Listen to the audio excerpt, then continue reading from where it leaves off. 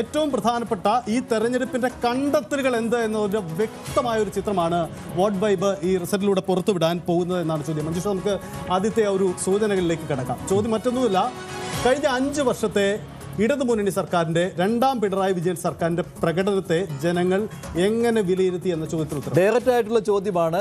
5 വർഷത്തെ പിണറായി വിജയൻ സർക്കാരിന്റെ പ്രവർത്തനത്തെ നിങ്ങൾ ഇഷ്ടപ്പെടുന്നുണ്ടോ ഇല്ലയോ എന്നുള്ള സ്ട്രെയിറ്റ് ആയിട്ടുള്ള ചോദ്യമാണ്. വളരെ മികച്ചത് എന്ന രീതിയിലുള്ള പ്രതികരണം നടത്തിയിട്ടുള്ളത് 31.6% ആളുകളാണ്. സർക്കാരിന്റെ 5 വർഷത്തെ മൊത്തത്തിലുള്ള പ്രകടനത്തെ എങ്ങനെ വിലയിരുത്തുന്നു എന്നുള്ള ചോദ്യത്തിന് വളരെ മികച്ചത് എന്ന രീതിയിൽ അഭിപ്രായ പ്രകടനം നടത്തിയിരിക്കുന്നത് 32.8% ആളുകളാണ്. മികച്ചത് 7.3%. സഹിതത്തിനകത്ത് ഏറ്റവും പ്രധാനപ്പെട്ടത് വളരെ മികച്ചതും ഈ സർക്കാരിനെ ഇഷ്ടപ്പെടുന്നു എന്നതിന്റെ ഒരു സൂചനയാണല്ലോ. അപ്പോൾ ഏകദേശം 40%-ത്തിനടുത്തേക്ക് അത് വന്നിട്ടുണ്ട്. ശരാശരി എന്ന് പറയുന്നത് 12.3%. ശരാശരിയും വേണമെങ്കിൽ ഇല്ലേ ആ ഒരു ഗണത്തിലേക്ക് അത് ഒരു പകുതിയെങ്കിലും കൂട്ടാവുന്നതാണ്. വളരെ മികച്ചത് 32.8.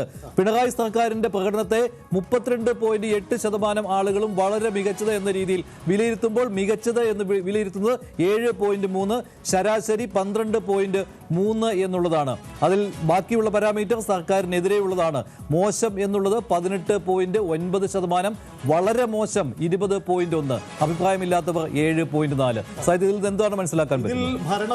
ഭരണവിരുദ്ധ വികാരം ഉണ്ടെങ്കിലും അത് സർക്കാരിന്റെ പ്രകടനത്തെ മികച്ചതായി നിലനിർത്തുന്ന ചില ഘടകങ്ങൾ ഉണ്ട്. അത് ജനങ്ങൾ അങ്ങനെ അഭിപ്രായം പറഞ്ഞു എന്നുകൊണ്ട് മനസ്സിലാക്കാൻ. കാരണം 32% വളരെ മികച്ചതാണ്, മികച്ചത് 7%.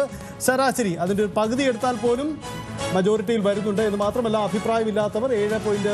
ശരാശരി എടുത്തു കഴിയുമ്പോൾ 40% ആളുകൾ ഭരണത്തെ ഇഷ്ടപ്പെടുന്നു. അതേസമയം 40% ആളുകൾ ഭരണത്തെ ഇഷ്ടപ്പെടുന്നില്ല. കാരണം മോശവും വളരെ മോശവും കൂട്ടിച്ചേർക്കുമ്പോൾ 39%-ത്തിലേക്ക് കാര്യങ്ങൾ എത്തുന്നു. മറുവശത്ത് 32.7, 40.1-ലേക്ക് പോകുന്നത്. അപ്പോൾ കുറച്ച് വ്യത്യാസം വന്നിരിക്കുന്നത് പ്രകടനത്തെ അംഗീകരിക്കുന്നവരാണ് കൂടുതലും എന്നുള്ളതാണ്.